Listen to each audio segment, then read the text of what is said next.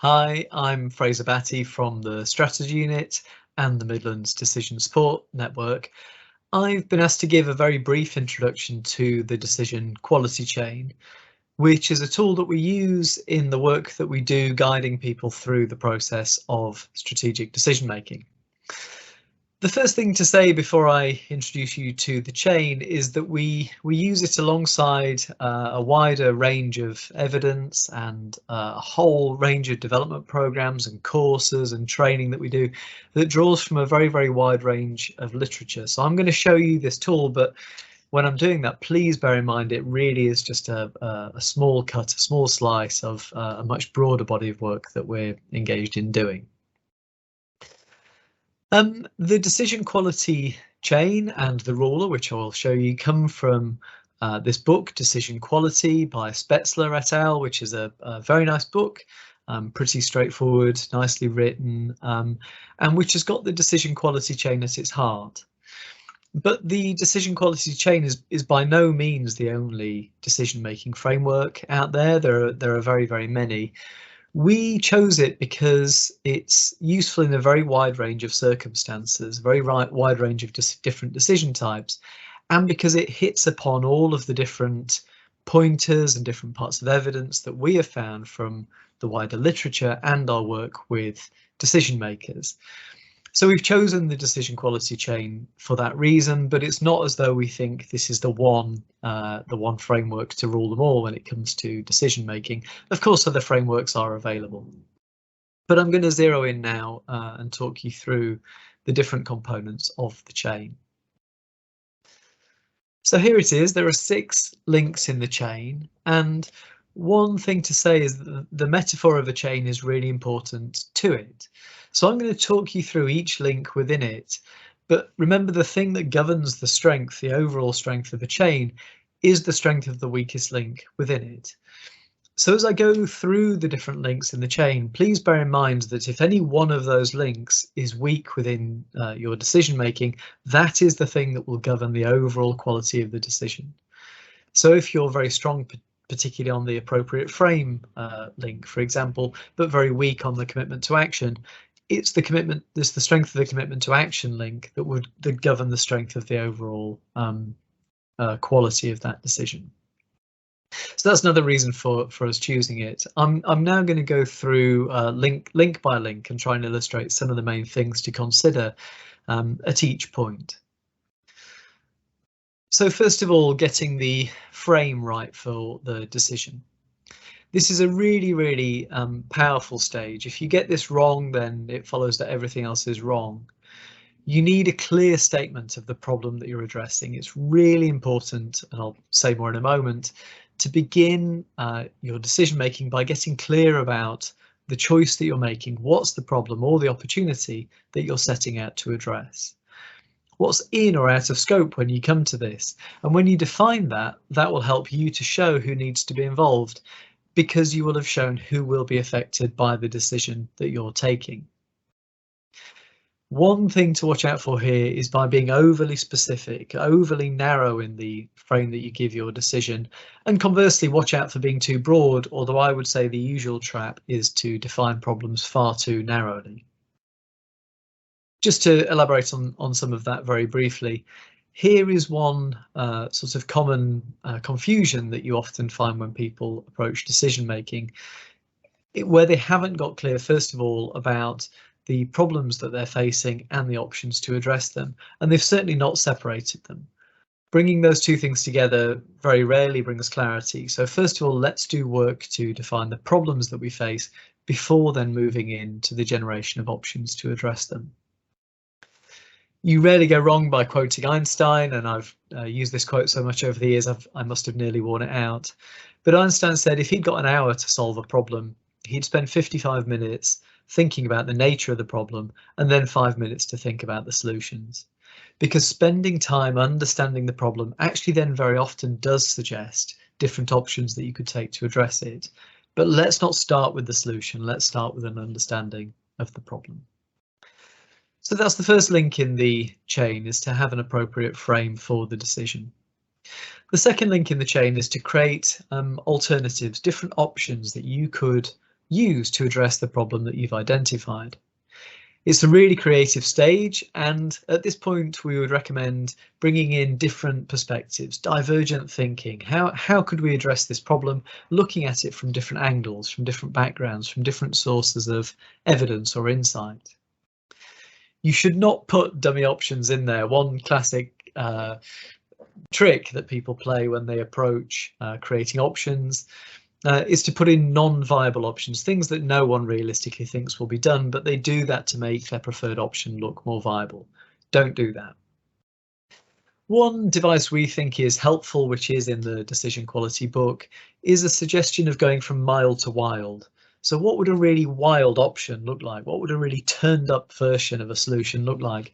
And conversely, what would a much more marginal, incremental or mild option look like? And stretching those things out will help you to see the space of possibility.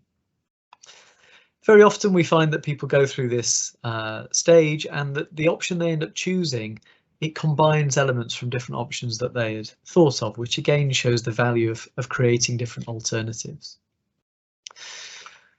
Within the choice, within the stage of generating options, we often say to people they should avoid yes/no decisions within single options and instead try to create multiple viable different options. And this is a point illustrated, I think, very nicely in this book, Decisive by Chip and Dan Heath.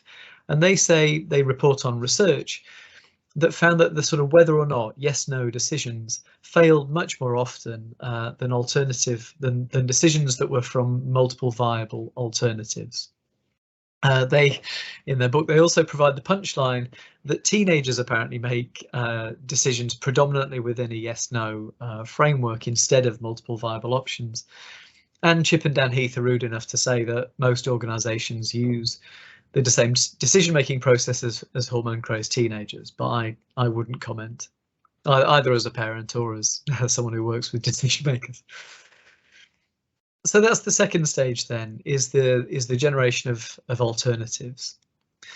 The third link in the chain is about being clear about our values and how we might be prepared to trade those off within the decision that we face.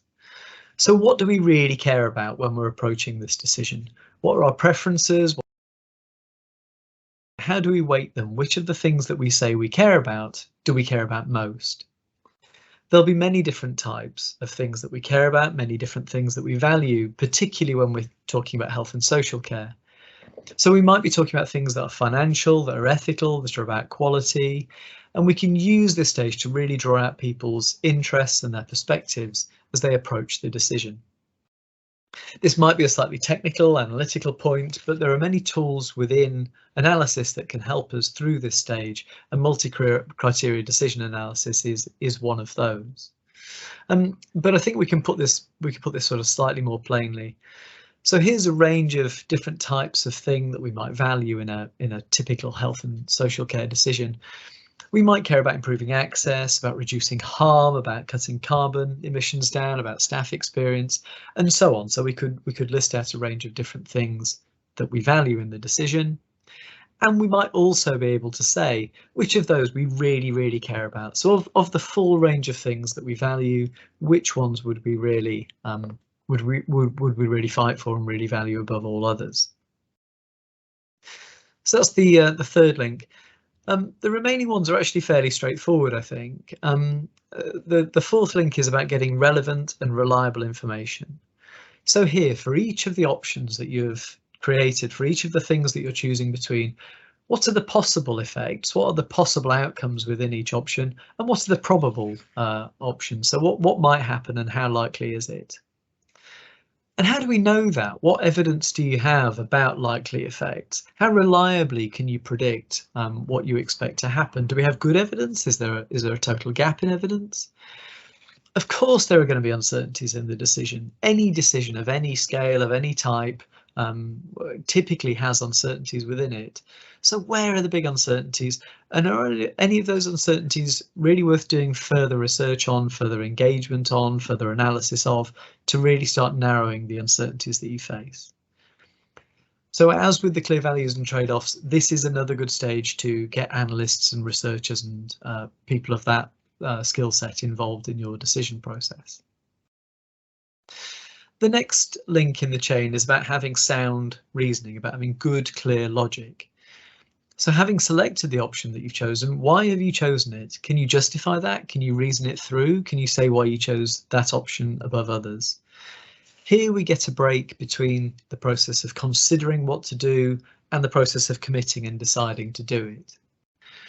When you're making this decision, when you're reasoning things out, it's often very important to give the rationale for why you've chosen that, for why you've done that, so that when people are engaged in implementing it, they can see the intention behind the selection of your option.